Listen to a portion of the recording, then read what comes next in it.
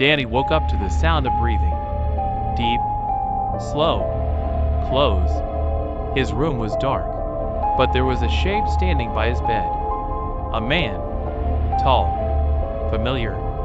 And when the lightning flashed outside, Danny saw his face. His father, the father who had died 3 years ago. Danny couldn't move. His heart slammed against his ribs as the figure leaned down, smiling. "Hey, champ," the man said. His voice was warm, full of love. "You've grown so much." Danny wanted to scream, but his throat locked up. He squeezed his eyes shut. This wasn't real. It couldn't be. Then the man sat down on the edge of the bed, his weight pressing into the mattress. "I never left, Danny. I've been right here, watching over you." Danny's breath hitched. He felt something, a hand on his shoulder. A real, solid hand. "No," Danny whispered. "You're not him." The man chuckled softly, the same way Dad used to, when he told a bedtime story. "Of course I am.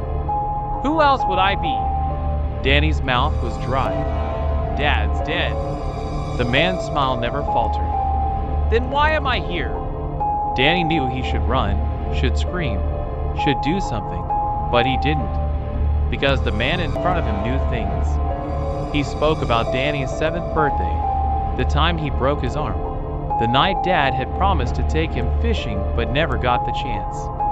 He knew everything, but Danny still wasn't convinced.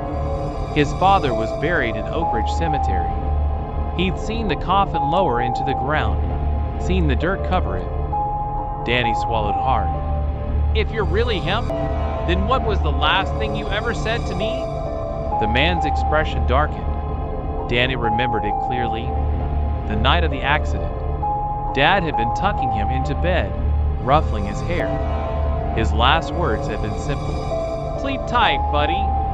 The man in front of him hesitated. Then he smiled again, too wide this time. "Oh, Danny," he whispered. "I don't think you remember right." And as the lightning flashed again, Danny saw it. The thing wearing his father's skin was still smiling, even as its lips never moved.